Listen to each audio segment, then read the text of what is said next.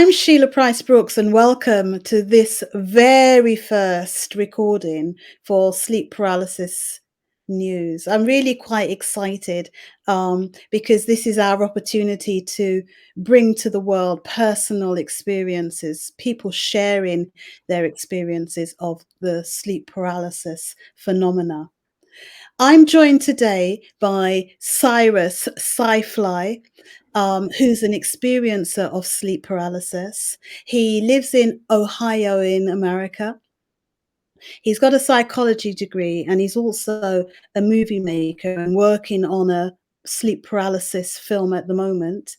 I'm going to interview him and about his experiences, but most importantly, he's my partner with me on this podcast project as well. So we felt it was good to hear each other's experiences at the outset, and I'll be interviewing him shortly.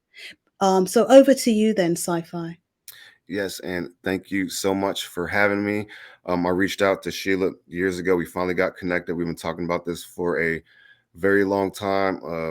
Sheila's a PhD researcher of sleep paralysis, and she's a teacher as well. And like I say, she's also an experiencer, which is important because a lot of these sleep doctors talk about it and they are so interested that they actually wish they had it, and we're all over on our side like, no, you don't wish it you had it. So, to experience it, opens up your eyes in a whole different spiritual light. So that is what we're going to be talking about. So I appreciate your time and having me. Wonderful, wonderful. Thank you, Cyrus. So let's get the ball rolling. Let's talk about your experiences and what you went through. When did they start? I was, as the earliest memory is probably around 11 or 12 years old. And I think it was happening before that. I just wasn't really registering it and it wasn't that big. The earliest one I remember was probably, 12 years old. And I remember I was sleeping on my side because usually this happens when you're sleeping on your back for most part, for most people. I was actually sleeping on my side and I was facing the couch where your back goes. I was sleeping on my side and I just woke up and I could not move.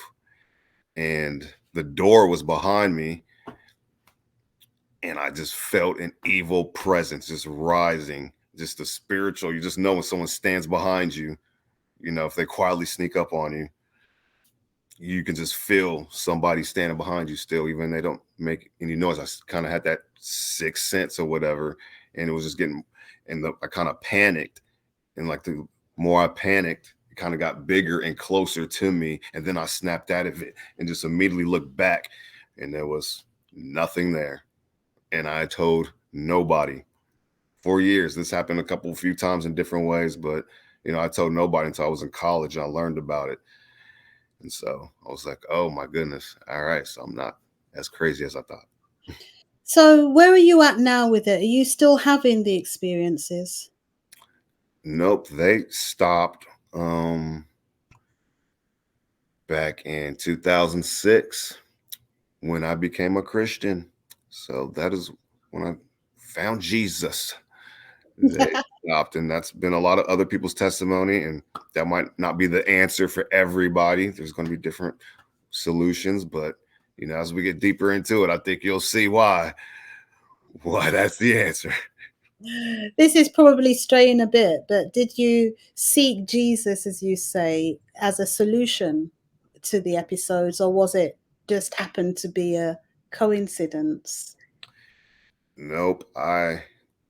My biggest experience, I can't give too much details because I'm going to tell it on a grander scale one day.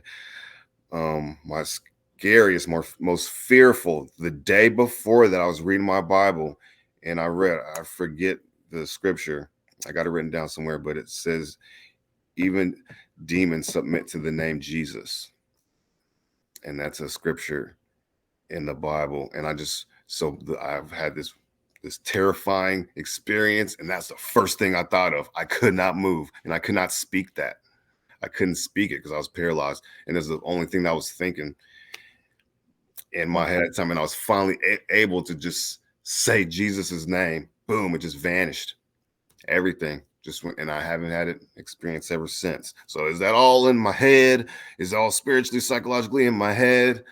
Like, man, I've studied other religions and everything. So, you know, it is, there is a sense of, if you think a certain word, the word cookies will make it go away. If you truly believe that, it may work for you in those instances where people are having demonic attacks, and whatever you believe in is what you're giving power to.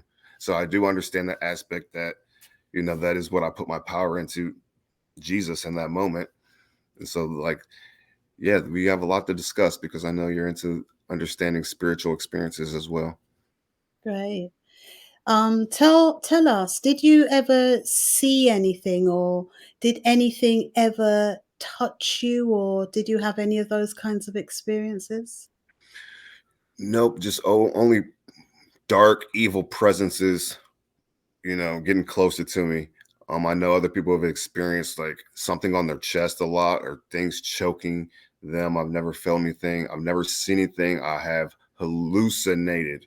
You can call it hallucination, but it was as real as, boy, that wasn't a hallucination to me. So I haven't seen anything, but I've seen the hallucinations of almost like wind, like a hurricane in my room, and things were just moving. And until I got out of it by saying Jesus, but I didn't see any dark figures. A lot of people see dark figures, but the other thing that's in common is, the doorway. There's always like everyone's story, like someone was in the doorway or someone opened the door.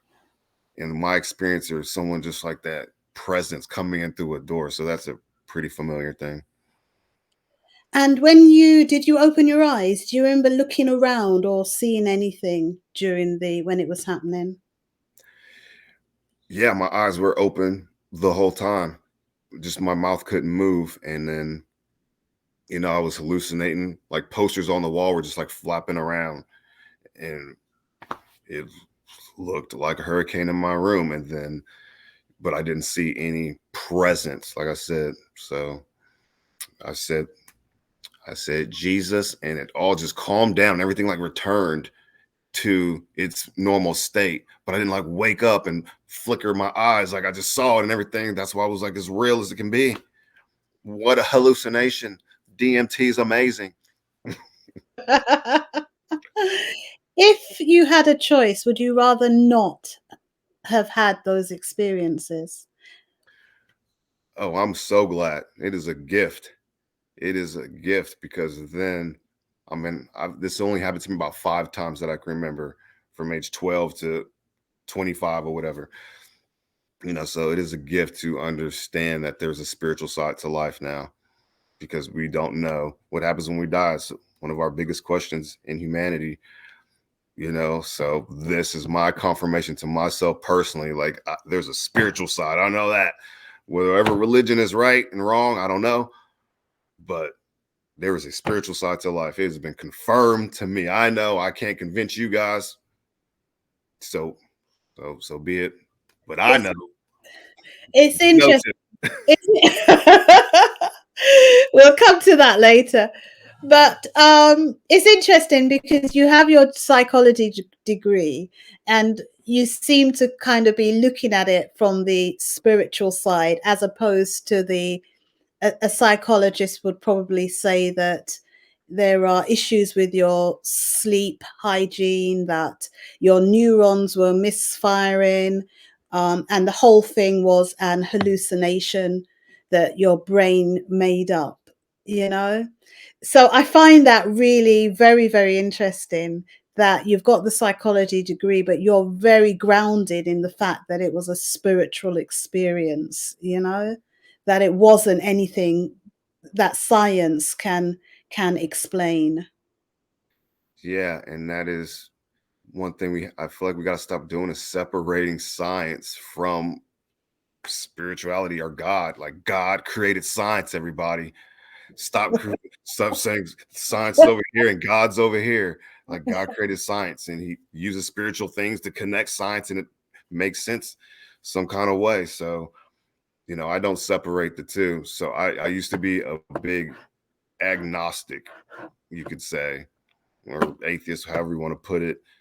And so I was able to become religious from that. So I understand how agnostic people think. So I can help them. I can answer those questions because I had to convince, like, I'm not believing in things just for, I need double proof on everything. So I got my testimonies. And so I understand that, God works with science. Like I was saying, you don't have to separate the two. That's awesome. I thank you very much for sharing your experience with us today. It's been really a pleasure speaking to you and hearing about what you went through. I'd just like to do a shout out to say that if you're listening and if you have ever experienced sleep paralysis, we'd love to get you on the show and hear your experience and hear your story as well.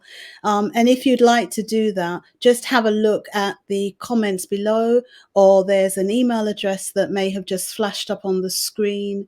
Just send an email to info@sheilapricebrooks.com, and we'll get something set up for you so that we can share your story too. Thank you once again, Sci-Fly, and we'll be seeing more of you. Thank Yes. you. Thank you, Sheila, for your time. We'll do this again. All right then. See Wonderful. everybody. Thank you. Bye.